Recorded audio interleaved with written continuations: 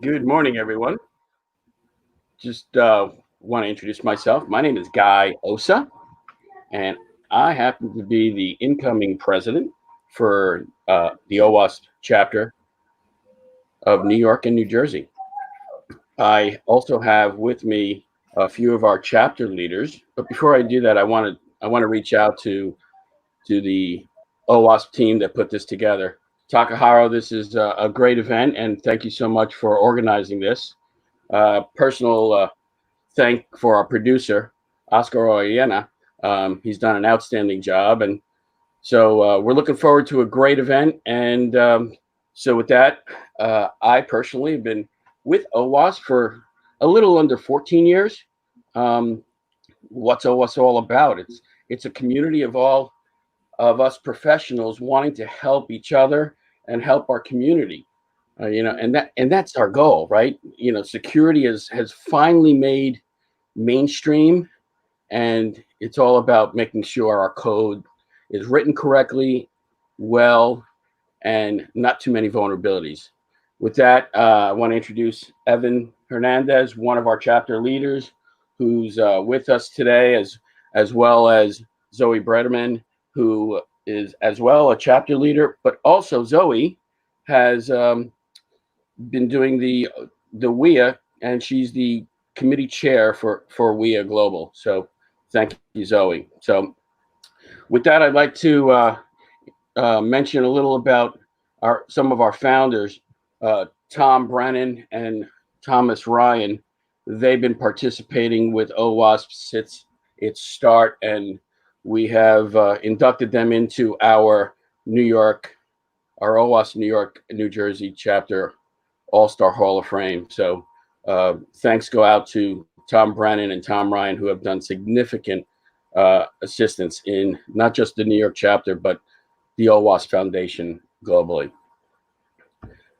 Today we have two esteemed project leaders from the OWASP New York chapter. Christopher Friends, he'll be talking about Project Anti-Ransomware and Project Secure Medical Devices. These two are super hot items in respect to what's going on in our community, in our world today, especially with the unfortunate corona that is affecting us. And to Elizabeth Friends, no relation to Christopher except that they're married. They Elizabeth has taken on and has written a very nice vulnerability management guide, which she is just about to launch. So I appreciate their participation today. And with that, I'd like to throw it over to Zoe Brederman, who is not only our New York chapter, one of our New York chapter leaders, but she's also the committee chair for WIA. Zoe? Thank you, Guy, and thank you, along with Evan and both Toms that you'd mentioned. So yes, WIA, or Women in AppSec, is a committee within OWASP to try to build diversity and inclusion within OWASP and get some more fresh faces, diverse backgrounds, and more women in application security. So I hope there are many new diverse participants in this conference. For example, many speakers and many attendees to learn. Feel free to reach out at any point. Again, we have a Twitter handle. I have my own. We have a mailing list. Follow up. And with that, I would like to introduce our first chapter speaker, Christopher Friends, discussing medical device deployment standards and anti-ransomware guide and some other healthcare IT security best practices, especially during COVID. Good morning, everyone. This morning I'll be talking about flattening the cyber curve. Just to provide a little background about the current state of healthcare security, one of the big problems is that healthcare cybersecurity throughout the world is in critical condition. This is an infographic. Chris? Yes. Chris, it's Guy. Sorry. Oscar, would you mind? There you go. Thank you. We just need to get your presentation up. Sure, no problem. So good morning, everyone. This morning I'll be talking about flattening the cyber curve. And a little background before I get into some of the technical details. I just want to touch on some of the state of security within healthcare today. Now, this is an infographic from a 2017 Health and Human Services Task Force report on the state of cybersecurity within hospitals. And they had several key findings. One was that throughout the US hospitals, there is a secure lack of security talent. The majority of hospitals within the United States lack a single full-time security professional. There's a ton of legacy equipment within hospitals.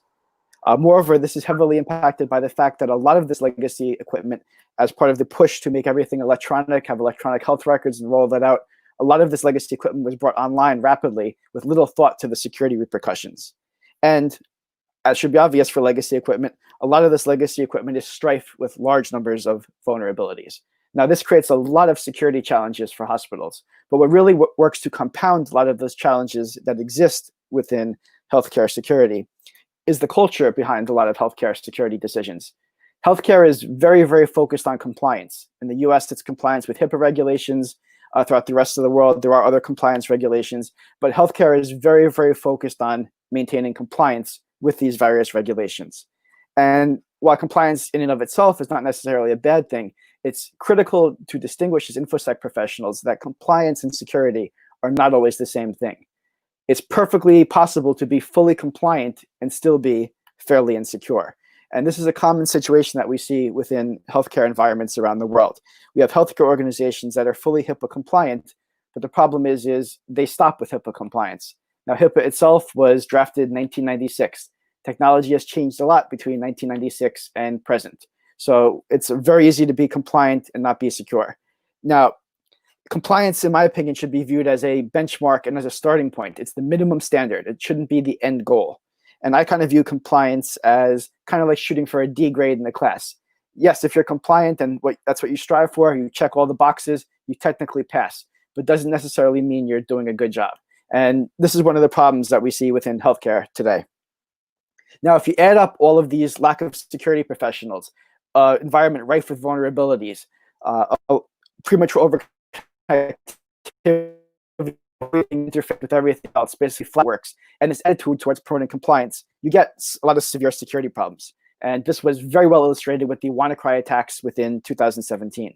WannaCry took out a lot of hospitals throughout the entire world. And worse yet is WannaCry proved that it wasn't just the computer systems within hospitals that were at risk. WannaCry also impacted a lot of the medical devices within healthcare as well. And in my opinion, this creates a whole new and wholly unacceptable meaning of the term denial of service. It really is inappropriate and unacceptable for us to have a patient hooked to a medical device, have that medical device become encrypted and suddenly non-functional and unable to treat the patient. Within healthcare, we really have to consider that in a modern hospital, cybersecurity is equivalent to patient safety.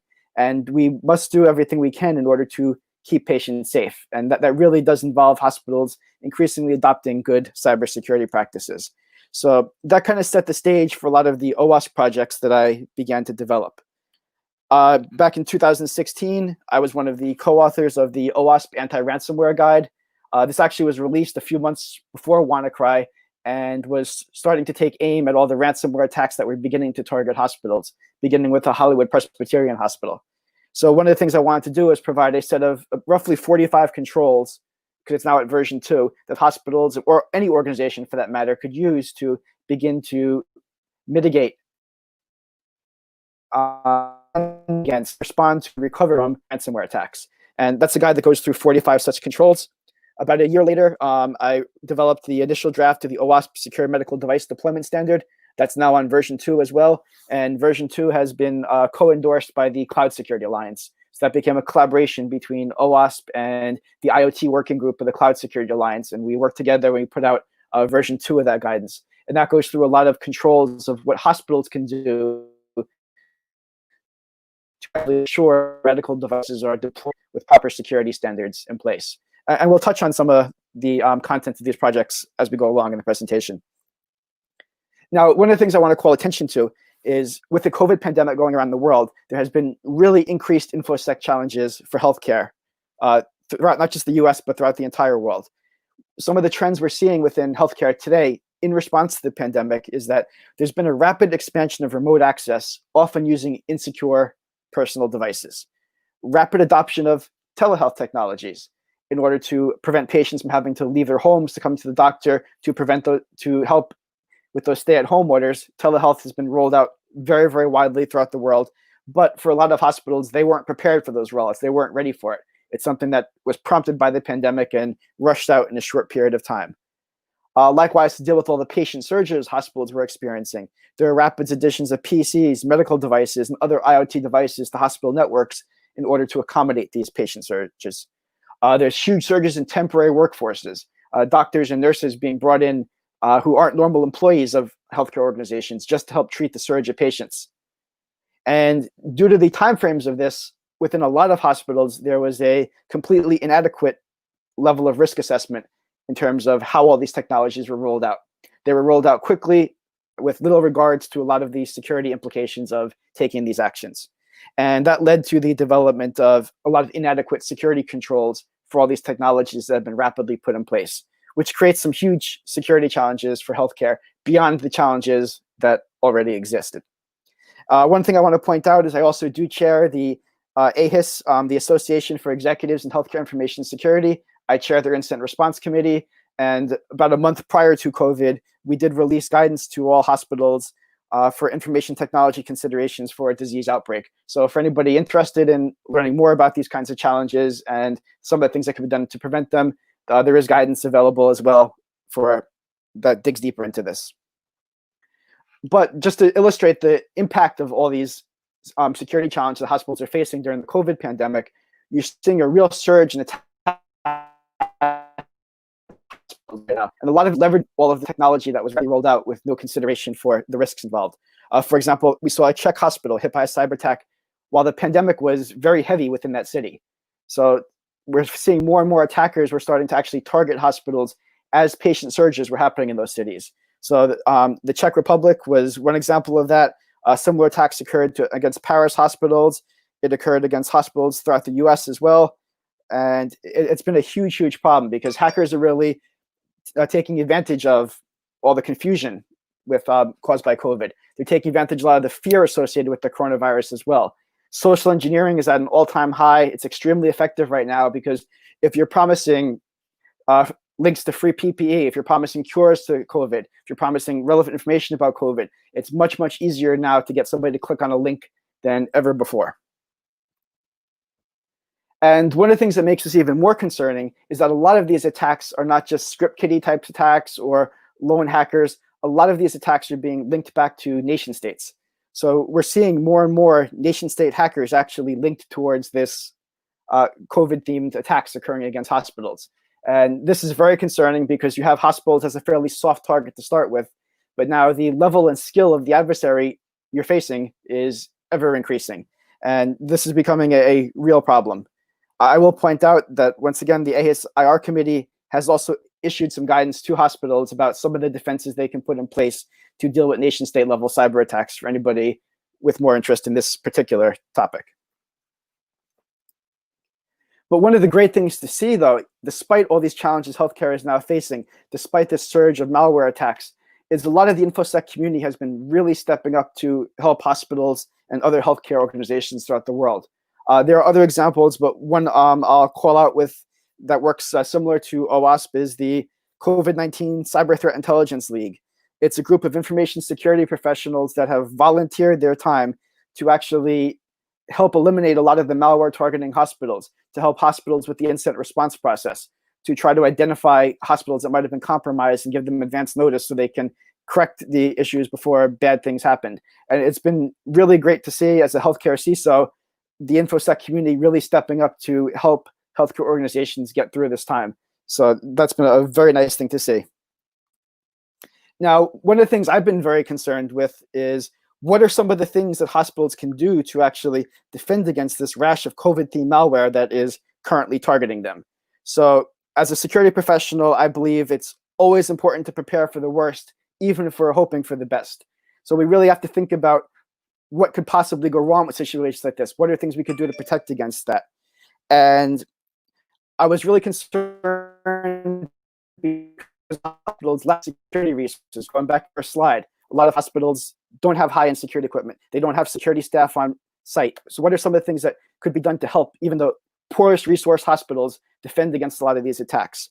So that's the things I've been very concerned with. And basically, I want to identify ways that hospitals can flatten their cyber curve so that we don't see hospitals going down as peak COVID-19 was hitting. We want to make sure people can get the care they deserve, particularly as the pandemic is striking, cities throughout the world. We want to ensure that there are no adverse outcomes because a large number of patients couldn't be treated because the EHR system or the medical devices within a given hospital suddenly became unavailable due to ransomware. So I went through the OWASP anti-ransomware guide that was developed, went through the secure medical device standard, and I pulled out a series of 10 controls that were designed to be relatively easy to deploy for those poor resource hospitals, could be deployed relatively quickly as well, in order to identify a top 10 list of things that hospitals could do to improve their defenses against the COVID-themed malware. Okay, so if I start to go through this top 10, the initial one I came up with was to block access to new and unclassified domains and firewalls and proxies. One of the things you're seeing is that with a lot of this COVID-themed malware, a lot of COVID-related domains were being registered very rapidly, and that being used within the social engineering and phishing attempts to get people to click on links, open attachments, things like that. So one of the easiest things to do is the majority of new domains that pop out, or domains that are not yet classified by security vendors, tend to be more malicious side, legitimate side. So one thing most organizations can do that has little impact on operations is to actually begin to just block all new and unclassified domains by default. It usually has minimal impact, and it goes a long way to proactively blocking a lot of malware, because you don't have to wait for a vendor to blacklist the site. They're kind of not allowed by default. Take the same approach to emails. Block emails featuring new and unclassified domains within your spam filters. Another defense I'm very big of is a lot of malicious attachments have been in use lately. You're seeing a lot of Office documents with macros being used to target, and set your spam filters to strip out executable content from Office documents, from PDFs, from any file that can hold up on. Additionally, geo-blocking. Geo-blocking is a great defense as well. Few hospitals within the world are internationally famous. Most hospitals only serve their local region, don't serve international audiences. A lot of hospitals can turn on geo-blocking, and it's a very effective control, can block a lot of attacks. That's a great defense as well. I'm also a big fan of dynamic block lists. Some of the dynamic block lists can be used to incorporate threat intelligence from outside sources. For example, going back to some of the COVID-19 themed efforts, the Cyber Threat Coalitions are one of those efforts. It makes available a block list of domains. They also have one for IP addresses and URLs, but those are block lists that can be downloaded into most modern day firewalls and used to block a lot of the malware. So block lists are a great way to begin to take advantage of a lot of threat intelligence out there. And in a lot of cases, these sources are free and can be taken advantage of by any hospital. I'm also a fan of block lists for a secondary reason as well.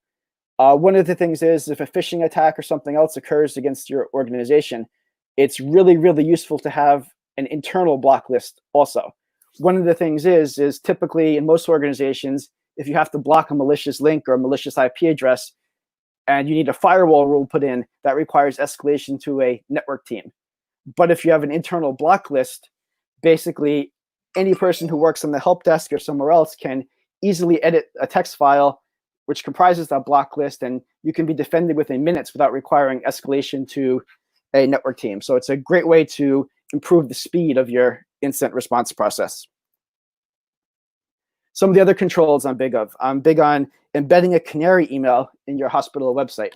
This is a great technique I use quite often. And one of the things it's useful for is if you put an email address in your hospital website that is machine readable, so it can be scraped by scripts and other stuff like that, but that's hidden, so it's in no way human readable. It's a great way to kind of create a sort of function for phishing and other attacks, because it's non-human readable, so no real person's ever going to send an email to that address, but it will be picked up by scrapers and stuff. So anything that comes to that address is at best spam, and in some cases phishing. So it's a great way for the IT or the security department to kind of get some early insights into attacks that may be occurring against others in the organization that are going unreported. I'm also a huge fan of implementing software restriction policies and app blocker to prevent executables from running in user profiles. One of the things we're seeing in recent years is that antivirus and other signature-based defenses are growing increasingly ineffective as more and more organizations are targeted with novel malware or novel variants of malware. It's becoming increasingly difficult to blacklist or take a signature-based approach towards stopping stuff. So putting software restriction policies and block executables from running in locations malware likes to run, like the user profile, is a great way to have a signatureless way of defending against a lot of attacks. I'm also a huge fan of implementing DNS sinkholes, particularly in healthcare environments. One of the challenges in healthcare is a lot of the medical devices and other devices that a hospital is kind of forced to have on its network, you cannot install endpoint security on, but they're still effectively computers that can be easily compromised. They're running the same version of Windows as a lot of PCs, things like that, but often unpatched versions. And a DNS sinkhole is a great way to identify if any of these devices become infected in the absence of endpoint security. So that's a control I'm very big on hospitals implementing, and it's a pretty easy control to put in place. Also, given that a lot of remote access was expanded, a lot of other technologies, I'm really big on hospitals taking the time right now to audit their external, look at the services they're made publicly available to promote a lot of telehealth and a lot of telework, and also to audit their remote access setups to make sure they're not introducing vulnerabilities as they expand this remote access to accommodate remote work. Now, over the longer term, some of the things I think hospitals need to begin to do. I think healthcare needs to really take a look and start to begin to actually test the security strategies they have in place. I'm a really huge proponent of conducting simulated incidents and simulating malware attacks and other types of attacks in order to see how well my environment can really stand up against real-world attacks. And I'll give some examples of this in a minute. I'm very big on taking what I consider an evidence-based approach to security. In other words, taking the time to actually prove out that every control I have in my environment is actually doing its job and actually works. I don't ever want to make the assumption that something's going to work. I want to ensure that the controls I have in place in my environment actually give me real security and not just the perception of security. And I'll go into an illustration of that now. And the exercise I'm about to talk about is highlighted in this mock malware outbreak guidance that was put out by the AHIS Incident Response Committee. So mock incidents, I'm very, very big proponent of them. One, they help you identify weaknesses in your incident response plans. One of the things that if you do incident response for a while within an organization, you'll learn that regardless of the organization, no incident response plan is perfect. There's always room for improvement. But it's much better to simulate incidents, walk through your incident response process in a test scenario to hammer out a lot of the major flaws than to wait for a real incident to happen and discover you have a major flaw. So I'm a really big proponent of organizations taking the time to test their incident response process. Number two, if you simulate stuff properly, it can help you identify deficiencies in the controls you may have in place. So you may find that you thought this great new next generation firewall you had in place was going to do its job, was going to work properly, but maybe you misconfigured it in some way and it didn't have the effect you expected it to have.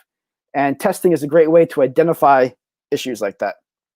You also want to have a way to ensure that your staff actually know how to respond to an incident. You want to ensure that whatever training they have, whatever classes they were given, that when the time comes and an incident's really ongoing, they actually know what to do.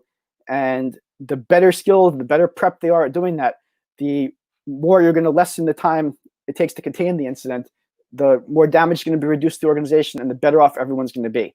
So for those reasons, I'm a very big fan of actually going ahead and testing security. Just a quick overview of the incident response process in case anybody's unfamiliar with it. You ideally have a preparation phase, and hopefully this is done pre-incident. This is where you develop your incident response plan, you take time to train your staff, and you figure out how you're going to respond to a given incident. Then you have your identification phase in which you establish that an incident's occurring and what the incident is. You have a containment phase then where you take the time to actually control the incident, keep it isolated to a certain part of the environment ideally, and keep it from spreading further. You have the eradication phase, in which once you contain the threat, you take the steps to eliminate the threat from your environment.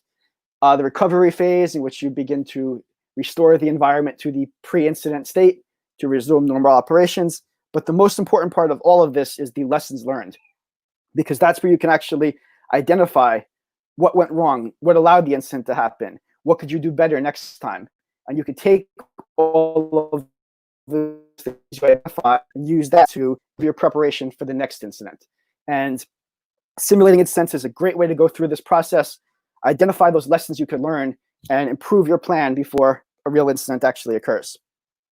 So one of the incidents I'm a very big fan of organizations starting with, this is something I did back in 2015 within my own organization, is I wanted to go ahead and simulate what a ransomware attack would look like if it were to target my hospital. So in order to do this, I made use of the ICAR test file. It's the weird but harmless string of characters represented there. And years ago, all the AV makers got together and agreed to consider this harmless string of file as a virus. So it provides a safe but effective way to actually test antivirus setups within your organization. So one of the things I wanted to evaluate by doing a mock incident was how well our AV software, as well as other security controls we had within the environment, would be at recognizing a threat, and also identify, and maybe more importantly in some ways, how quickly staff would be able to identify, respond to, and contain an outbreak if it were to actually hit our organization. So in order to simulate ransomware spreading through the organization, the approach I took was I wrote a Perl script that accepted a listing of all of the computers within the hospital. Basically took an export from Active Directory that listed all the computers out. I fed them to this Perl script. And what the Perl script tried to do was copy and execute this ICAR test string to each PC on the list it was fed. So the interesting thing is we executed the script without the knowledge of any other staff member within the organization. So it's basically just the CISO and the CIO who knew. Every doctor, every nurse, everyone else in IT was blind to the fact that we were conducting this test. So we wanted to get as real a world response as we could possibly get. This is just a screenshot from our AV console at the time the incident was occurring. And if you see in the middle column shown there, you see all the virus spyware detected. You can start to see the script is successfully copying the ICAR test string to a lot of these PCs, and it's beginning to trigger the antivirus. Now, in conducting this, we learned several things that worked well. We learned several things that didn't work well. To go over some of the things that worked really well, we'll take a look at the good first. One, I was very happy to see that IT staff members did identify the outbreak. They were able to track down the source of the infection and remove it from the network. Basically, they were able to figure out which PC was running that Perl script that was spreading this ICAR test string to all the other PCs. So it's really great that they identified that and removed it from the network. The other interesting thing we learned is that many of our in-place security features really work to stop the spread of the infection to parts of the network. So one of the things I'll go into more detail in a minute, but network segmentation, which we had at the time as ACLs between VLANs, was actually highly effective. It did a very good job of keeping the threat contained to certain subnets based on how the ACLs allowed traffic. So it was really, really effective at keeping the threat contained. Network segmentation turned out to be a great control. But we learned some other interesting things as well. Like, for example, some of our VDI desktops versus some of our physical desktops, the images were made by two different engineers within the organization. And we learned that the VDI desktop image was a little more resistant to attack than the image we're using on our physical desktops. So by testing the difference, we're able to actually identify the differences between the two and use it to improve the security of the physical desktops within the organization. Now, identifying good stuff is always great, but sometimes you can often learn more by identifying what doesn't work.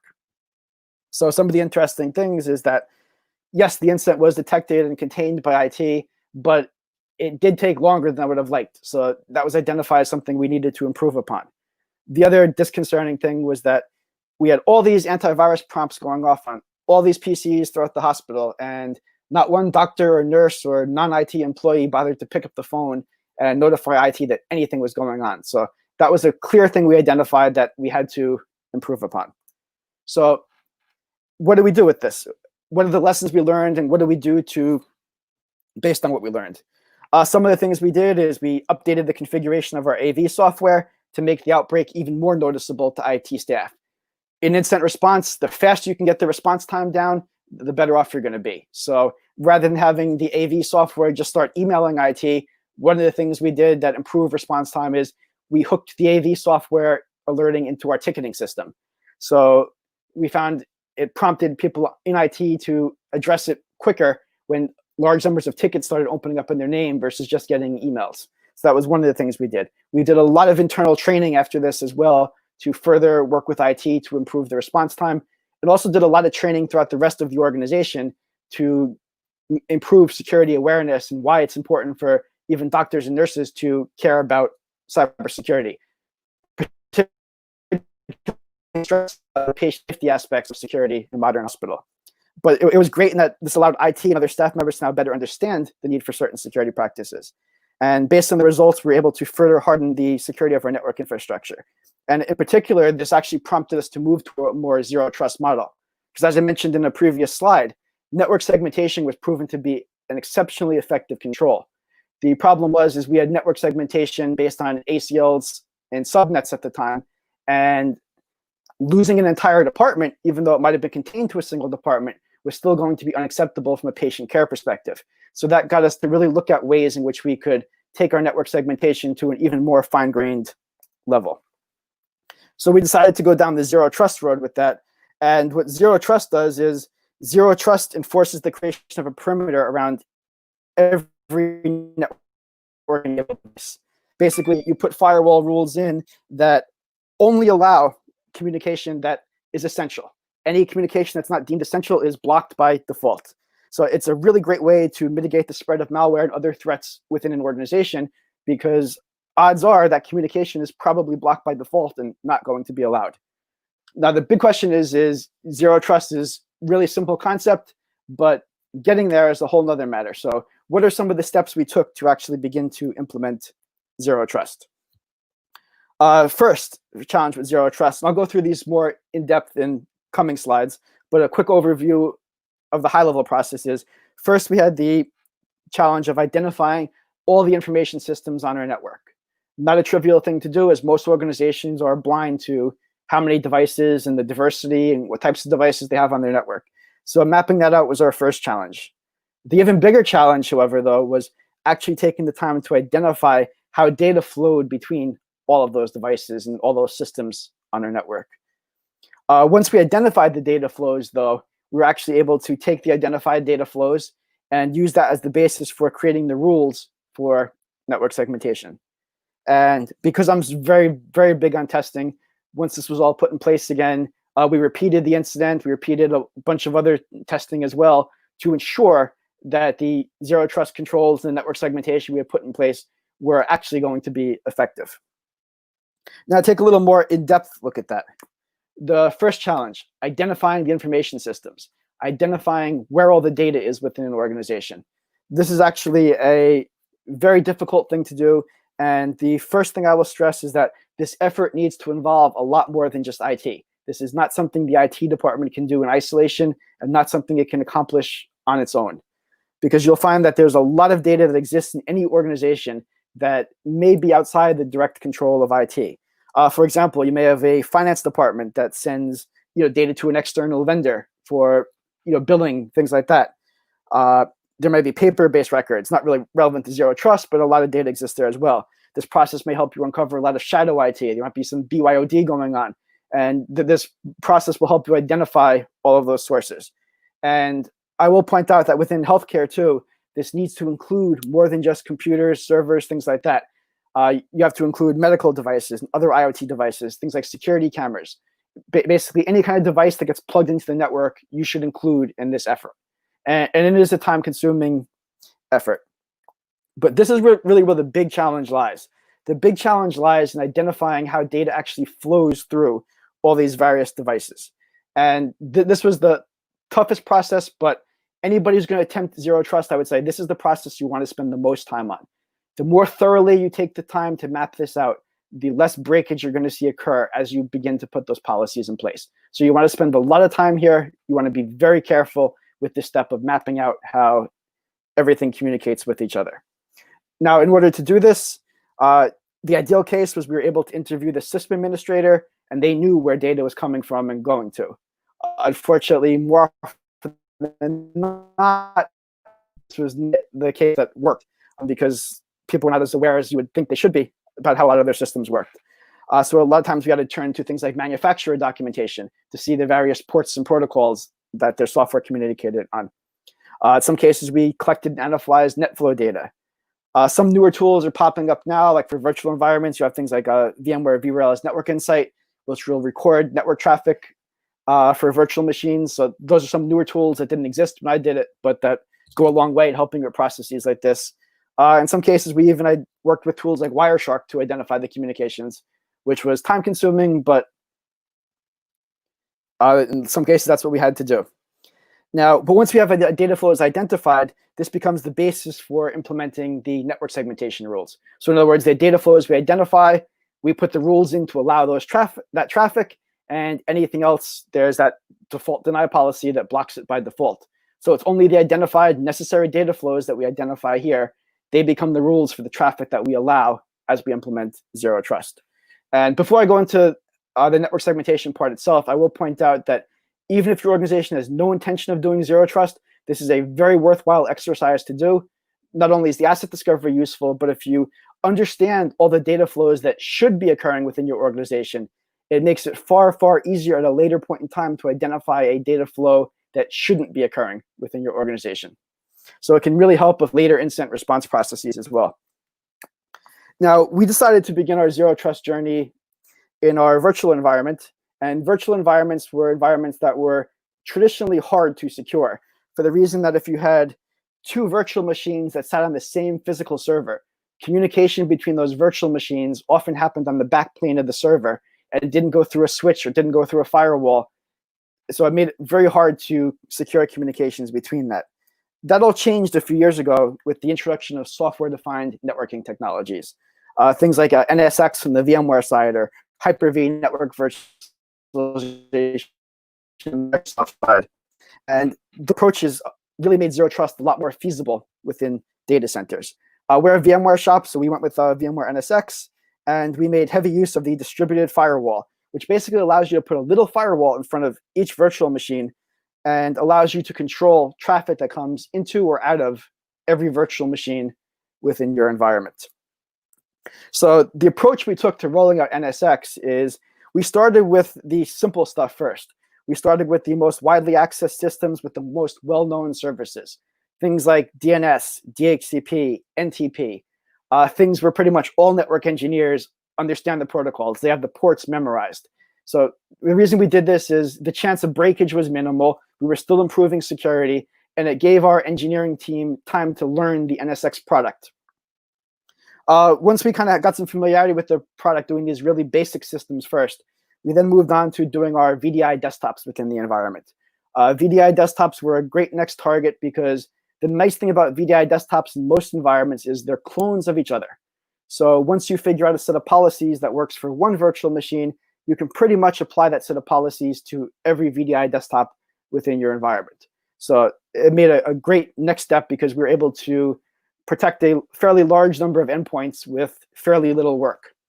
Once we did the VDI desktops, we next moved on to the systems we considered high risk, because by this point we were pretty proficient with the product. We understood it well, and we moved on to those high risk systems. And we saved the systems we classified as complex and low risk for last. And that's kind of the approach we took to the data center. Now, we did this not just for the data center, but we chose to roll out Zero Trust for our physical network as well. And on the physical network, we chose to take advantage of this largely through a network access control appliance. We're an Extreme Network shop, so we use the Extreme Networks NAC, but there are NACs from other vendors as well. And one of the things that made NAC great for this is NAC allows us to create port-based policies, and we can restrict communications based on device type. So we have a profile for PCs, we have a profile for security cameras, we have a profiles for various types of medical devices. So we're able to assign policies based on the type of device that gets plugged into an individual port.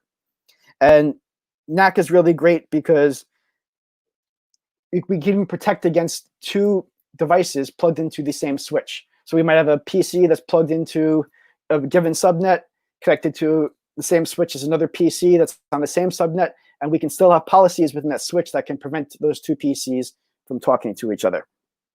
And NAC turned out to be a great way to deal with anything for which there was a large number of devices of a given type within our environment. PC, we use NAC to secure all of that type. So the architecture we kind of use is we have policies in place that prevent any two PCs within our environment from communicating with each other. And this is a great security control because if we go back to some of those ransomware attacks in earlier slides, one of the big contributing factors to ransomware being so destructive to hospitals is flat networks and the lateral movement that those flat networks enable, where one endpoint becomes compromised and that one endpoint is used as a staging ground to compromise a bunch of other endpoints within the organization. So we tried to eliminate that as much as possible. So every PC in our environment is now only allowed to communicate with our server subnet and nothing else. So no two PCs in our environment can communicate or see each other anymore. All they can see is the server subnet, and that server subnet is microsegmented with NSX. So NSX ensures that any individual PC within the environment can only communicate with the servers it needs to on the ports it needs to and nothing else. So the two solutions kind of work together for us to form that overall zero trust architecture. I also do make use of some internal firewalls. Internal firewalls are great for a couple of purposes. For a lot of organizations, particularly hospitals, there's going to be a few one-off devices. Even the biggest hospitals only have a handful of MRI machines at most. So it may not be worthwhile to approach those through a NAC. A small firewall can often do the job. And they also think firewalls is a great way to control communications that have to occur between subnets. And they're also a great way to, for modern firewalls with IPSs built in, they're also a great way to virtually patch a lot of the legacy medical devices that there may not be patches for, because you can use the IPS functionality as a layer of virtual patching. So we do make use of internal firewalling as well. Now, once we got this all in place, we then mock-ins, and very, very different results this time. This time we launched the Perl script. Only the endpoint the script was launched on was impacted, as all of the other PCs within the environment were invisible to or couldn't be communicated with by the PC that was quote unquote infected.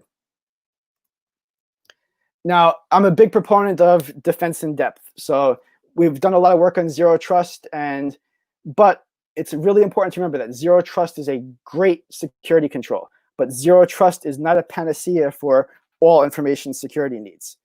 A firewall, can be effective, but a firewall is not going to protect the web server from being compromised if the attack comes in via port 80 or port 443. So we wanted to begin to supplement our zero trust approach using that same zero trust mindset, but this time we wanted to begin to take it to the application level. And so one of the things that we were really doing is ways to deploy more application whitelisting type technologies within our environment, to also take that zero trust approach at the application level, and only approved applications can run and nothing else. We chose our VMware App Defense for this, but once again, there are other whitelisting products as well, and I'll walk you through a little bit of how this works for us. So our criteria in choosing application whitelisting is signature-based defenses are becoming increasingly ineffective. Antivirus and controls like that, they don't really do a great job anymore if they're using signatures only at protecting an organization. So we're increasingly looking for signatureless ways to secure our systems. And one of the things is we wanted to test to see how well App Defense or any application whitelisting system would block an attack that successfully was able to bypass our other security controls, like the zero trust we had in place. So to go back to that example of a web server that could be compromised through 80 or 443, because you don't have a choice but to leave 80 and 443 open if you want the web server to function, we decided to base some of our testing on that scenario, and we set up a server that involved OWASP Matildae. Now, Matildae is a deliberately vulnerable web application server used for training pen testers and other security professionals about web application vulnerabilities, but it also provided us a great way to put a vulnerable system in our environment to actually test attacks that could come in through 80 and 443 over. So a quick thing on the setup. This was done a couple of years ago, and what we did is we built 2 Windows 2012 R2 servers, fully patched all the Microsoft patches, everything else, and we installed XAMPP on each virtual machine. We also then went ahead and installed OWASP Matildae on each virtual machine within XAMPP. For any unfamiliar with it, XAMPP is basically Apache type distribution for Windows. So that got this working. The difference between the 2 virtual machines, though, is one had app defense installed, one did not. Okay. So this is just showing the Matildae setup. We unzipped it into the htdocs folder of the Apache install that comes with XAMPP. And if you pop open a web browser, you can see it's a functional web application now. We can browse to the Matildae site hosted on the server and begin to interact with it. Now, one of the things we did is that on the machine that had app defense installed, our application whitelisting and behavioral learning processes, what we did is we installed app defense and we let this run for a period of 2 weeks. This is a real production system. I would recommend longer to make sure all the behaviors are identified. And what app defense does is it learns all the processes that run in that virtual machine under normal circumstances and all of the network communications that occur on that virtual machine under normal circumstances. And it'll pick this up in learning mode, but once you convert it from learning mode to blocking mode, it now will no longer allow any application or any network communication by approved applications to occur unless it exists in the whitelist that was created during this learning process. So one of the things we now did is we flipped on, after the learning period, the blocking mode for app defense, and we ran some attacks against the machine that was not protected with app defense as well as the machine that was protected with app defense. Okay, so one of the functions Matildae allows is it has a DNS lookup function. And this DNS lookup function, it purposely does not sanitize the inputs. And all the DNS lookup is doing is it's basically doing a system call to NS lookup within the operating system without sanitizing the input. So this allows us to, rather than enter something like google.com as the host name and clicking lookup DNS to get the IP, this allows us to take advantage of the fact that it doesn't sanitize the input. And we can use the ampersand after google.com to append the command. In this case, we're just appending the command to open up Internet Explorer. I'm just going to go back a slide for a second. If you look at the the approved processes within the app defense baseline, you'll notice that among the list of approved processes, Internet Explorer is not approved because browsing the web from that machine is not a normal occurrence. So it didn't make it as part of our baseline.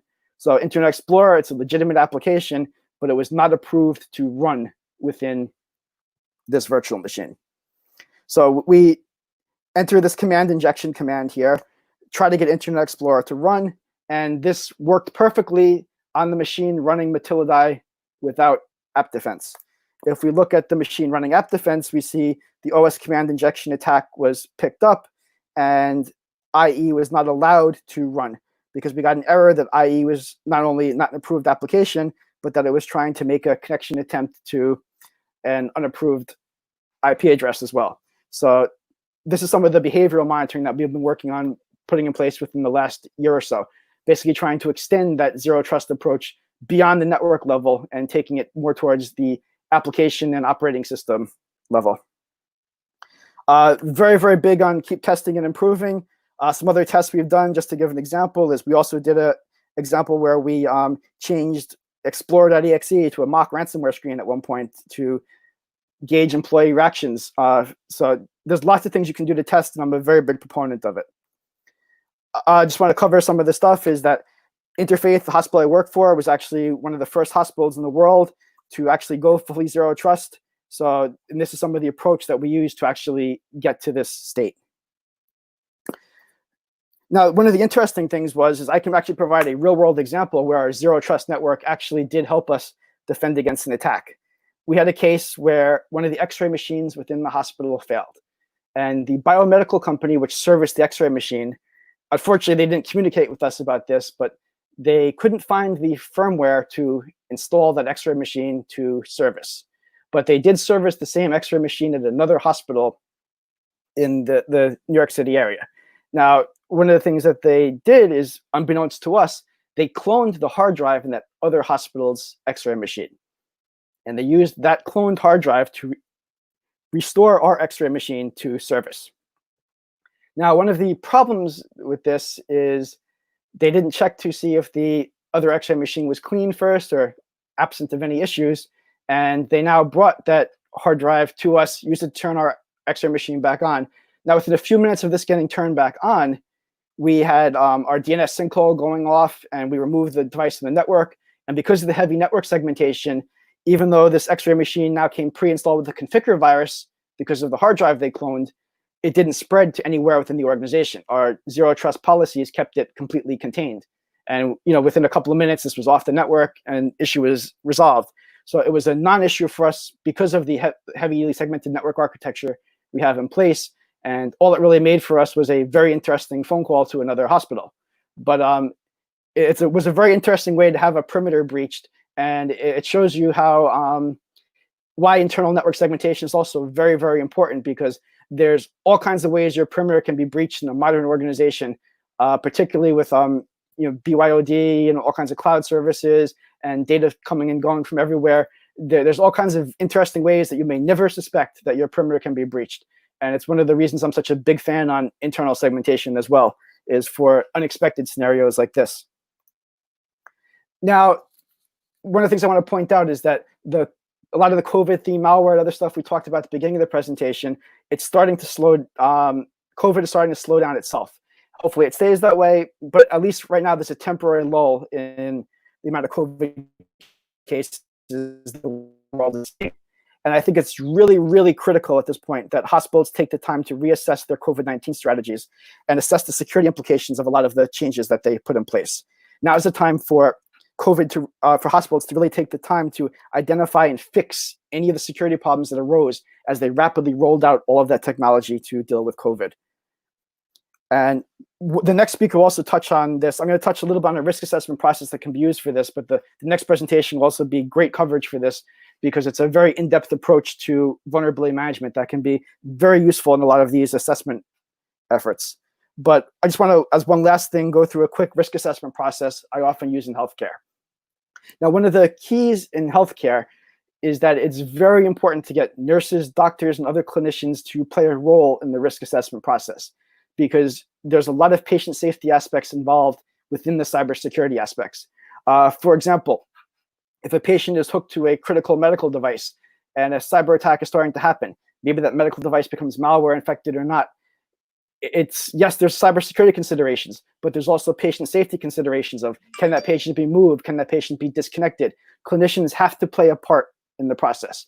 So this is a risk assessment process that I want to go through, that I often use with clinicians within healthcare organizations to try to get them to understand the cybersecurity approach to risk assessment well. You will see some overlap with the CIA triad, but it's kind of rebranded for use with clinicians in healthcare. So I'm very big on asking doctors if they remember to take their pills. And pills is a very simple method for assessing the risk for medical device deployments and other clinical system deployments. I like to look at it as the P, it's the privacy of data implications. The I, you look at issues dealing with the integrity of data. L, you look at issues dealing with the loss of availability. But the most critical in healthcare is you look at the life safety implications of any IT or IT security decision you make within the organization. And that's part of why clinicians need to play a big role in this process. So to do a quick example walkthrough of pills, in regards to the privacy of information, as you roll out medical devices or any clinical system, it's really important to consider what ways can PHI possibly be obtained from the information the devices collect, process, store, or transmit. For example, can anyone log in with a default password? Can transmissions be intercepted in some way? So you have to look at the medical device or the clinical system and identify all the information, all the ways in which patient privacy might be compromised. And then once you identify those issues, you can look at what controls can be put in place to prevent or mitigate the privacy issues identified above. Maybe you can change the default passwords. Maybe there's encrypted data in transit. Maybe there's not. It's going to depend on device functionalities. And if not, you can come up with compensating controls and other means. But beginning to take a look and involving the clinicians in the process of assessing the privacy implications of dealing with a lot of medical systems. Likewise, the integrity of information. In what ways could information be collected, processed, stored, or transmitted by the device be altered in an inappropriate way? Particularly important when you're talking about things like medication prescription dosages, things like that. You really can't afford to have that stuff change. So there's real life safety issues with a lot of these things. So maybe the central station, which collects the data, does not authenticate devices before collecting or displaying data. So maybe this would allow you to show incorrect data or spoof data coming from someone's medical device, which could be a problem. So what controls could be put in place to prevent or mitigate these integrity issues? So for example, maybe network segmentation and a NAC could be used to restrict which devices are allowed to communicate with that central station. You want to walk through these exercises and really get the clinicians as they go through it to understand how each of these information security issues can lead to a potential patient safety issue, such as changing the dose in somebody's medication, could cause an overdose or an underdose in which they're not treated properly, or changing the medication maybe causes an allergic reaction. There's lots of implications here, and it's really important to walk through these with a clinical understanding as well. Likewise, loss of availability. One of the probably biggest information security problems in the hospital, given all the ransomware attacks, is systems going down. How can the hospital operate without those systems? So you need to think about in advance, in what ways can a loss of access to the device, a loss of access to the device's data, or a loss of device function result? What ways could the system go down? What will the implications be? How is that going to impact patient care? Example, ransomware encrypted the device and it can no longer be used to monitor patients. So what are the alternatives for the doctor? What are the alternatives for the nurses? Can they just bring another system live? Or will that system just become encrypted too? Are there any non-network options? Can the systems be unplugged from the network and still function? What are the options there? How can patients still be cared for if some of these systems started to go down? And what controls can we put in place to prevent or mitigate such a loss of availability? Maybe patches were applied to reduce the vulnerability, or network segmentation was put in to mitigate the spread, or an IPS was used to virtually patch systems. What are the options to actually protect against scenarios like that from occurring? And as mentioned earlier, some life safety considerations were pointed out with the other three, but I'm still giving it a separate category here because it's so important to consider within healthcare. In what ways can a cyber attack contribute to a life safety issue? And remember, a lot of times within a healthcare organization, anything that can slow care, even by a few minutes in some cases, can have adverse outcomes for patient safety. So it's really, really critical within healthcare organizations to ensure that everything maintains running as perfectly and as cleanly as possible. So this is even though there might be some overlap with the other ones, it's really important to really, really consider any of the issues identified that can have a life safety implication. So for example, the infusion pump is compromised and cannot be trusted to deliver the correct dose. And once that happens, you want to really take a look at what controls can be put in place to prevent or mitigate such life safety issues. Maybe they have backups to restore it to its original state. Maybe that can be quickly done. Maybe they have spare devices that can operate in a non-network manner. There's a variety of controls that could be considered, but life safety at the end of the day is the most important thing for healthcare. And the big message that cybersecurity professionals really have to get across to healthcare organizations is that in a modern hospital, cybersecurity and patient safety are heavily interrelated, and cybersecurity needs to be considered as part of the plans for keeping patients safe. At this point, I will happily take any questions.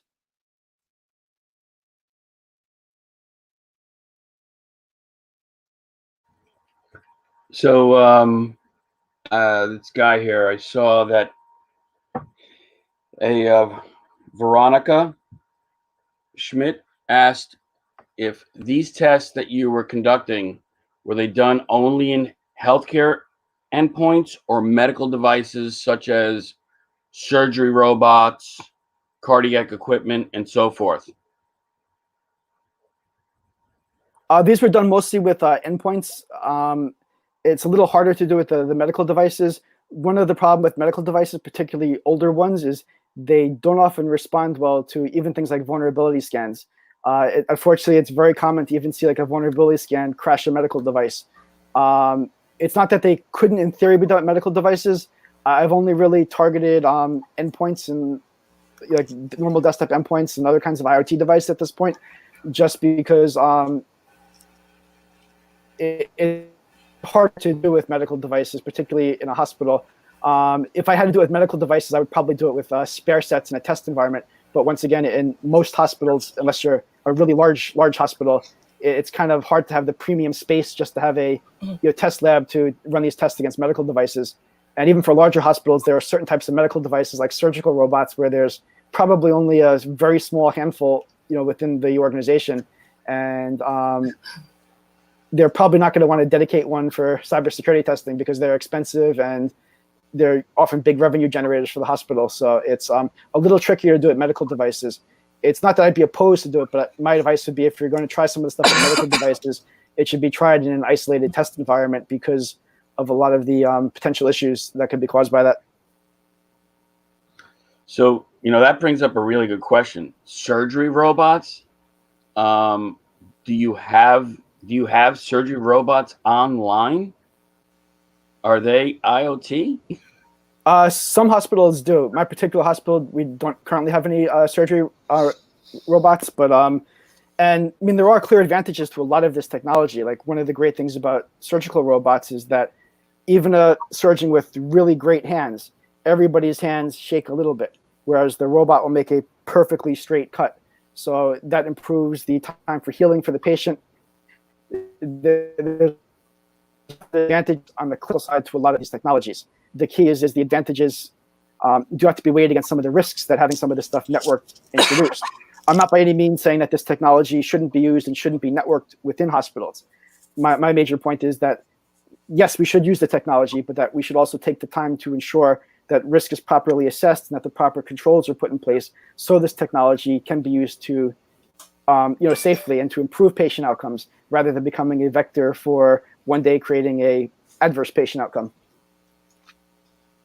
All right. Well, the live comments have been going wild, and you've done an incredible job, and the audience loved this presentation. So with that, I want to say thank you, Christopher, and I believe you have one thing to say. Yes, I'm going to hand the presentation off now to Elizabeth Friends, who's talking about a really great new OWASP project, the OWASP Vulnerability Management Guide. And I think it really ties in well with a lot of the stuff I'm saying, because a lot of the problems healthcare has is the large number of vulnerabilities in their environment.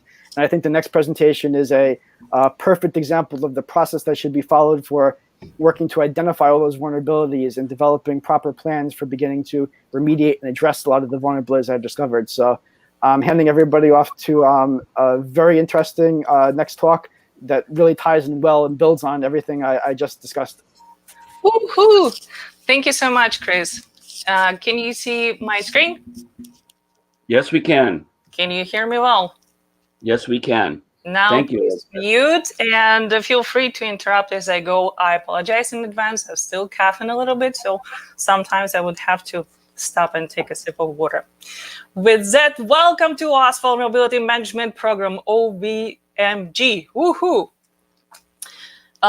For the next 30 minutes, I'll try to convince you that building a vulnerability management program is easy as riding a tricycle. So a little bit about myself. I have worn many hats in my life. My career path and education helped me to build skills for managing media and IT programs. Cybersecurity was always a passion of mine. I remember dealing with Melissa worm outbreak. We had to physically deliver information on a piece of paper for 3 or 5 days to distribute the news subscription to our customers. Good times. And now, being an OWASP community member for 5 years, I've seen OWASP through ups and downs. Today, I'm really grateful for the opportunity to present my newly released project to the OWASP community through this global event. I'd like to give thanks to the New York chapter leader and OWASP WIA committee chair, Zoe Braderman, and the president of the New York City and New Jersey chapter, Guy Ossa. To the board members for their leadership, a special shout out to Vandana Verma, and to the wonderful OWASP staff for planning this event. On a very personal level, I owe to OWASP because it shaped me into an information security analyst, that's who I am now, and made it possible to meet the love of my life who shares my values and interests. After such endorsement, I expect those of you who never paid OWASP membership fees will do, hopefully so, or open a project that would benefit a great deal to the global community. Can you still hear me and see me well? Yes, doing great. All right, keep going. So what's vulnerability management in the context of my project? A vulnerability implies something that might hold a potential threat, right? Vulnerability could be found in the assets such as applications, systems, and people. And when we bring up people as assets, we imply that people are susceptible to social engineering. People can click on a malicious link or execute a malicious payload by mistake or unknowingly. Management implies a high-level and low-level governance, a due diligence stewardship applied consistently, continuously, with an intent to improve each time. What happens if vulnerability management is not in place? It may end up with a breach or monetary losses. The most notable data breach examples are vulnerable WEP in case of TG Maxx, a vulnerable Apache server in the Equifax breach, poor network configuration and management in case of Yahoo breach. What is the business impact of having vulnerability? For the starters, law and compliance. The first important consideration for having a vulnerability program is legal requirements. New privacy laws made businesses accountable for keeping users' data secure. Arguably, that is adequate without enforcement. However, based on the type of the business transaction, some businesses might be subject to the payment card industry data security standard, which requires security scans and have all high vulnerability remediated.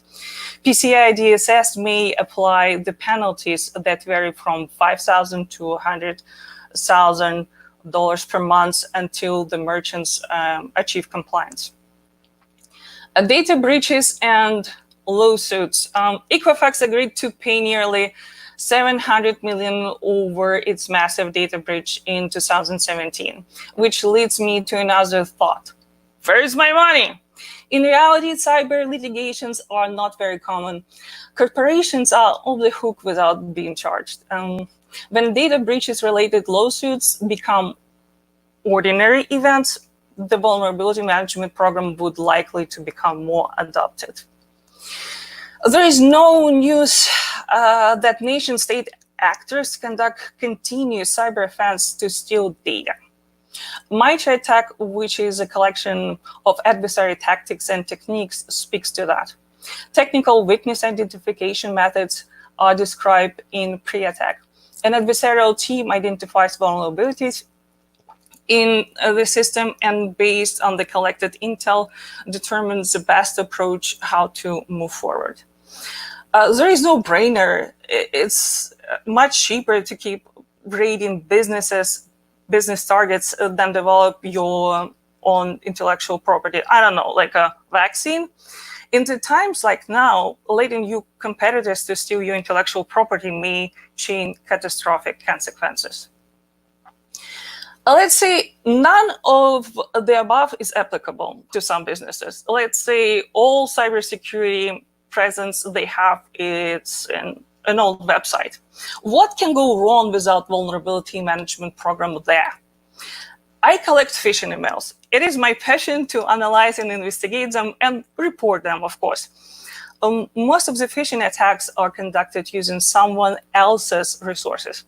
On a different spectrum, your resource could be quietly routed for Bitcoin mining or a zombie host. And finally, if you give up on vulnerability management program, you may face a blue screen of death. If that doesn't ring a bell, Google WannaCry, Peta, Internal Blue, all this could be stopped by due diligent vulnerability management program. Modern ransomware, RUIC, is way more sophisticated, takes no prisoners. So why vulnerability management is even a project? There are several common misconceptions I take a personal offense with. Vulnerability management could be easily confused with something else like patching or pen testing or having a security scanner tool in place. Although all three examples are better than nothing, it doesn't mean complete a consistent process. Ask yourself, is running the scans enough to know that we are in a good shape? Or if we apply automated patches, does it mean that we are well protected? Or second one, vulnerability management is a complex process. All the pieces of the process are continuously in motion. By the time you complete your remediation, there is a new batch of vulnerabilities surfaced. So some folks end up eventually giving up. Another one, vulnerability management is challenging to deploy for big business. Too many teams involved, too many sign-offs should be taken. On the contrary, sometimes I hear we are too small to have vulnerability management program. A side note story. Most recently, I helped to the business of 3 people identify why their emails couldn't get through to their customers. Turned out the web designer did not care to update WordPress template. That got exploited by some hackers. And as a result, Google blacklisted the domain, making it impossible to send emails. It could be another one. There is no unified solution for vulnerability management that could be replicated regardless the size and function of a business. I can't argue with that.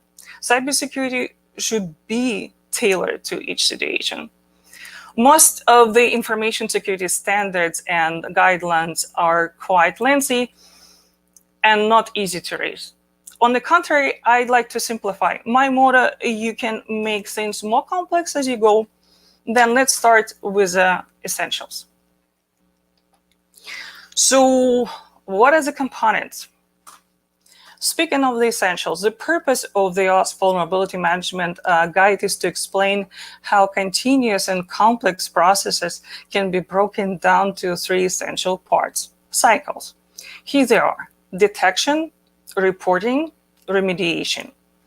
One follows another and then repeats again. On the right side of the screen, you'll see a mind map that we call OVMG tricycle. Each cycle contains 4 essential processes. We'll cover them later in this presentation. Each process contains several steps that could be complete in any order. What's different about OVMG? It focuses on the relation with processes and how they may influence one another. At the end of each process, readers should have some checklist in mind that is particular to his or her situation or environment. All processes are rounded up with a short end goal statement that should be achieved as you go along with vulnerability management rollout.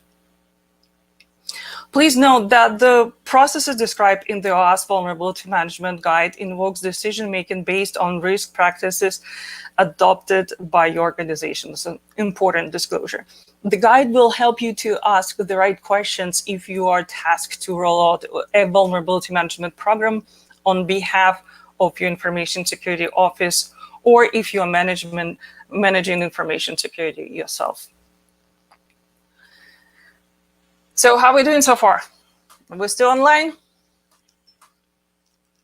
You are doing fantastic. And as a time check, you still have 25 minutes. Yeah, Okay. doing great. Okay, I slowed down. I'm taking questions, so please apply. I don't know if I can answer them though, but I'll try. All right, how to read the guide. There are 3 cycles. Each has a numeric value and a color code. All processes or tasks inside of each cycle have a corresponding color and number, either 1, 2, or 3. Each cycle is a domain that contains 4 main processes. Each process is essentially a task that contains a to-do list. We are not going to cover this list today. I encourage you to read the guide on the OWASP website.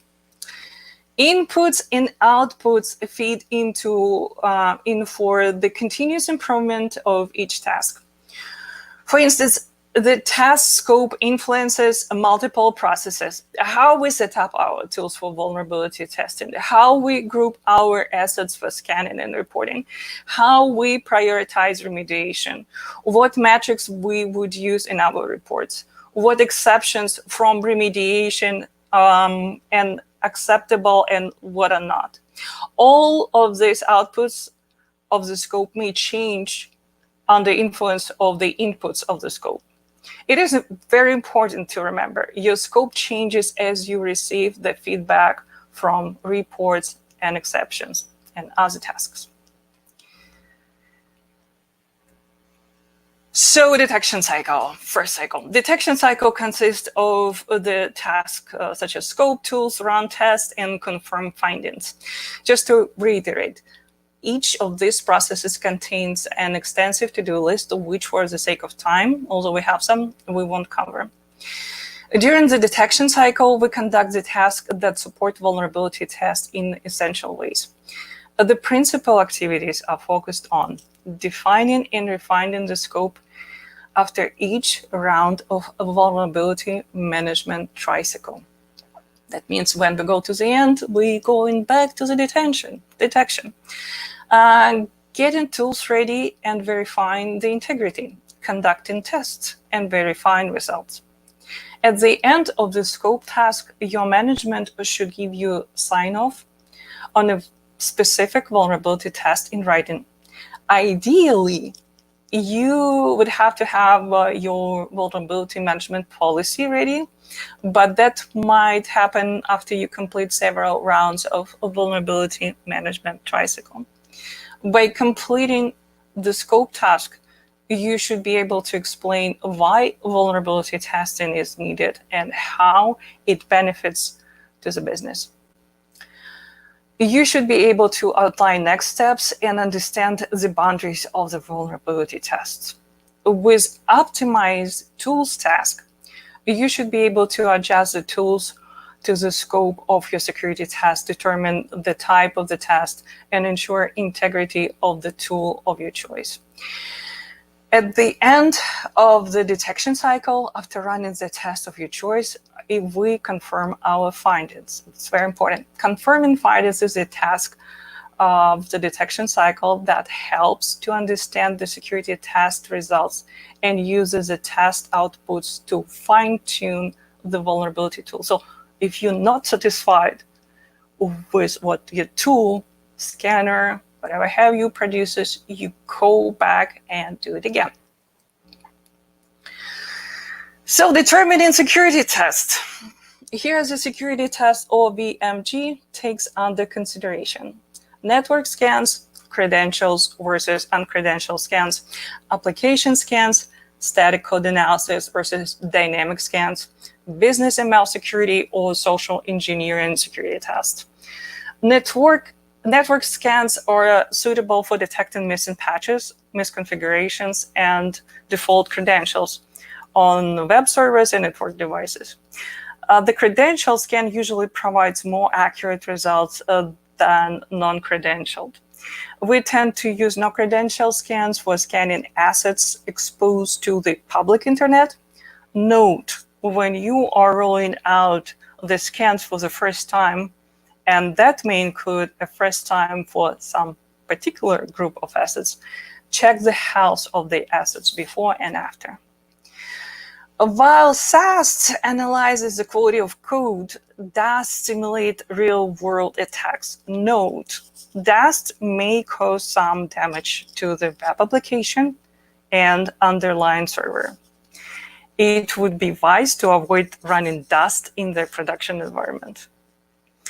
Business email security tests or phishing tests engage the critical thinking of users and prevent clicking fatigue.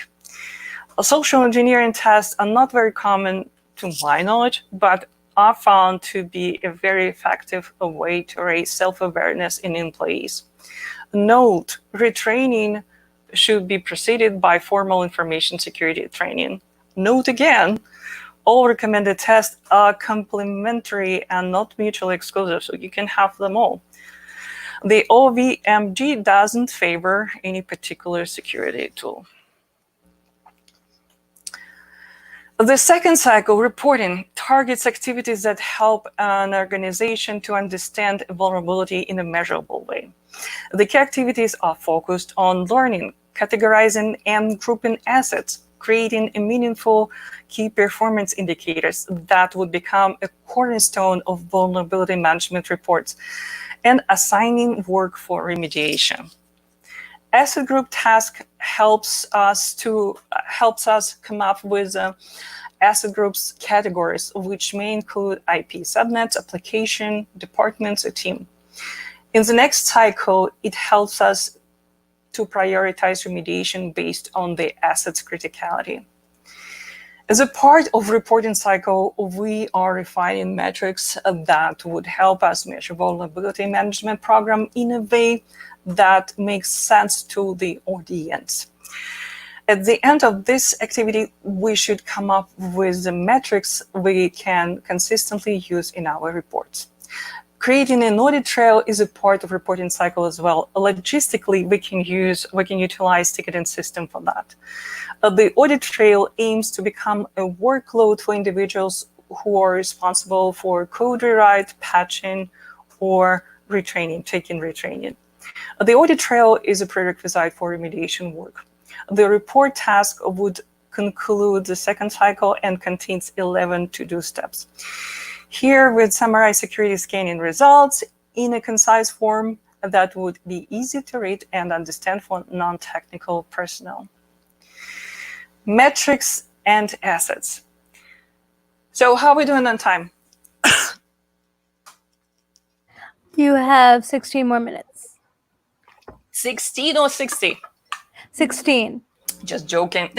You could have, That's a good one. but might turn you off. All right. Metrics and assets. In OWMG, reports are tightly influenced by metrics, and metrics revolved around the asset groups. The OWMG recognizes asset groups categorized by function. The functional asset group could be formed based on criticality, primary assets versus secondary. Functional groups could be also predefined by teams that support these assets. Network, customer costing, for instance, predefined by the type of the devices, web servers, workstations, network devices, IoT devices, and predefined by the location of the assets. We can group our assets by type of environment, development, staging, production, by operating system, by CVE numbering authority, if we intend to fight a particular vulnerability. Or we can group the assets by type of vulnerability. Using OWASP Top 10 project, you can select a specific risk, an SQL injection, for example. That would support our further analysis if we want to calculate the risk for the asset group susceptible to an SQL injection attack at the application layer and keep the vulnerability count by severity at the database layer. Metrics is important, but it's also important how you apply it. Count the amount and percentage of vulnerable assets for each functional group. Count the amount and percentage of vulnerable assets by severity and CVSS score. How many high, how many mediums, and low severity vulnerabilities are present in each functional asset group? How severity contrasts among all functional groups? What is the amount and percentage of new vulnerabilities? How the new vulnerabilities distributed by severity, by functional groups, by type of environment and operating system, by CVE, or by type of vulnerability. Also, analyze agent data of the severity of vulnerabilities and their percentage. By the way, there are two aspects of a vulnerability agent: the date of publishing, which is reflected in CV number, and the time of discovery. Both are equally evil. Contrast agent data among functional groups, compare it by environment or operating system. Data analysis of agent vulnerabilities will impact the priority of remediation work. The third cycle targets activities that should influence or eliminate vulnerabilities or provide evidence of why a particular vulnerability is believed not to be a threat. The key activities are focused on setting the priorities. A hint: your critical asset should be your top priority. What should be patched and how soon? The first task of remediation cycle, prioritize, is heavily influenced by scope, asset groups, and reports. By completion of prioritized checklist, we should have a clear understanding with underlying reasoning. What should be remediated ASAP? What should be remediated in a week, in the months, and so on. Influenced by scope, reports, and prioritization, remediation work aims to have vulnerability fixed by the assigned individuals. Remediation should not be assumed until confirmed by run task within the first cycle. All vulnerabilities instances that cannot be remediated should be identified either as false positives or exceptions and documented. Investigate false positive task establishes ground rules for how the one can assert that a discovered vulnerability is not an actual vulnerability. I know, doesn't make any sense, but review the evidence on a case-by-case basis and document your process. False positives process doesn't mean off the hook forever. You should periodically revisit supportive evidence. For success of your vulnerability management program, it is important to outline and control exception process. You should use exception process to promote accountability. Have you ever heard sometimes, we cannot fix that, the boss will chop off my head? Then let your boss petition to the CIO or CEO, even better, and see if the CIO, or even better, CEO, will sign this exception in written. We must ensure that a non-compliance is approved by senior management and documented in the company-wide repository. All exceptions must have an expiration date within 1 year or less. Less is highly preferred. After we complete the third cycle, we repeat the tasks of the detection cycle with some improvement, hopefully. Look, our vulnerability management tricycle may not be 100% perfect as we start the program. It will improve as the program progresses, as we repeat and re-evaluate our work. So who can benefit from OWMG and how? Business and business owners by risk reduction. Risk reduction means less money wasted. When investing in vulnerability management program, you are investing in your intellectual property protection, in safeguards from the cyber trolls, in protection of your future contracts, and ultimately your revenues. Information security teams may benefit from this guide by proactive process improvement. SecOps sometimes surrounded by some kind of fog of mysticism. Senior management relies on Marvel Universe superpowers to protect information systems. Miracles are overrated. Evidence-based approach is way better. Let's keep it transparent and keep it measurable. Last but not least, all IT folks who work long hours solving complex problems without resources they have ask on need. The guide can educate them about how to build security-oriented process and improve IT operations with built-in security controls. So what's to come for OWMG? Revisions. Your feedback is much needed. Please visit the project page, tab task, and find out how to submit your questions or condemnations, if you will. I talk quite a bit about the metrics. I understand it's really hard to capture all the complexity just by, verbalizing it.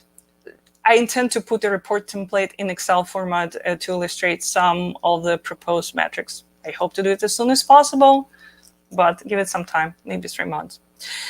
I had this idea for a while to create an additional repository for collecting low citations that stipulates having vulnerability management program that would benefit some folks to bring those up to the management and say, hey, see, so we have to do that, and that's fine. And it would be nice to have virtual workshops sometimes, probably this fall. And with that, I'll take the questions, and thank you for listening. Thank you. Yeah, so we have 10 more minutes left for questions, everybody. So I have a question. Being in the space for so long and working with clients as a security professional consultant, everyone believes that their security program is vulnerability management. Can you elaborate how to build, not only the proper, which you just did, how to build a great vulnerability management program, but how to build a security program? And maybe you and Chris, are you still on? I'm still on.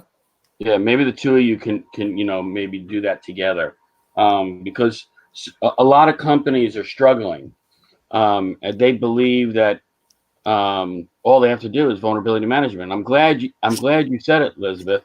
That hey, this isn't all you do, and if you run the scans and you don't find out the proper information, run the scans again. That's really smart. So maybe if you guys could just touch upon that. Sure. Vulnerability management, again, as a program, is not a panacea. So it's just a part of security operations overall. That should be a proactive control for your SIEM, for your for tracking, for monitoring your security system and safety of your security devices on the system. Vulnerability management is just a part. It's again, you have to have business continuity. You have to support BDR, business continuity, that data recovery. It should be a part of the robust security program, but security program is like very broad terms, and it depends on the budget, what you're trying to achieve, what you're governed by. I hope Chris can add something to that. Yeah, I definitely agree with everything Liz said. And I mean, in my opinion, I think we need to take a more and more evidence-based approach to security. If you look at a lot of vulnerability management or even security testing, let's take a pen test, for example. A pen test might find that there's XYZ vulnerability in some system. And a lot of companies will address that or mitigate that particular issue found in the pen test by applying the patch for XYZ. And I'm not saying that you shouldn't apply the patch. You if you're to collect additional security metrics around how the pen test operates, took a more empirical approach to looking at security, you might see that the real issue with the system that was exploited was not the fact that it was missing a patch, but it might be that that system was a trivial pivot point to access other critical systems within the organization. And maybe a better use of security resources might be to actually focus on making that a less trivial pivot point. And that might give you more protection than just applying a patch. And I think that's where a lot of organizations fail, is they don't take a quantitative enough approach to look what the real risks are and what the issues are at heart. A lot of times they take the easy fix. And I think we see that a lot with all the AI-based appliances you see coming out in security. Every organization wants to buy a security appliance that has AI. And I'm not saying it's not useful. It's great as an additional control. But you can't deploy this wonderful new AI appliance and expect it to keep you safe if you're not doing really basic security controls like patching, network segmentation, two-factor authentication. There's very basic stuff that companies often want to ignore, and they just want to buy a high-end appliance and consider themselves secure. And I think there's a really big difference I have to distinguish between controls that give us the perception of security and controls that give us actual security. And I think what the security industry needs to do going forward is to start really empirically analyzing what works and what doesn't work to identify which us security versus what just give us the perception of security. And for example, the recent NIST password change is a great example of that. For years and years, it was considered a best practice to change your password every 90 days or more frequently. And when people started to empirically look at that, it was discovered that maybe it's really not as good a practice as people thought, because it forced people to pick simpler passwords than they would pick if they could change their password with less frequency. So I think it's time that security really begin to take a much more quantitative approach to how they choose controls, what controls they choose to put in place, and really take the time to actually prove that security works within their environment, and not just assume it works because we bought XYZ product. I'd like to pile out to that. Asset management is very important for a security program overall and for vulnerability management. If you cannot manage, if you cannot measure, you cannot manage. So sometimes people just don't know what's out there in the network. They think that they have such a number of assets, such a number of routers or whatever have you, and it could be some legacy device that should be, or they considered turned on like 20 years ago, especially it's very big in the public sector, should be just unplugged physically, not just, physically unplugged and taken off the network. It is a little bit a challenge. So how would you create an asset management system program that feeds into your security governance overall? It's not easy, but we'll try to simplify. I believe we have 2 more minutes. I know you did a wonderful job, and thank you. So My pleasure. I appreciate it, Elizabeth. I appreciate it, Chris. For the audience, if there are any other questions, please put them into live chat, and we will do our best to, if you have an email, maybe throw it into the live chat or send it to a private chat. We'll do our best to answer. But you could also find all of us up on LinkedIn. It's Christopher Friends, Elizabeth Friends, Zoe Brademan, and Guy Osta. We are all up on LinkedIn, and we deeply appreciate you listening. And I will turn this back over to Oscar Bravo. Definitely. Thank you both. Thank you all so much. Pleasure. Thanks for having us. Yep. Everyone have a great day. Bye.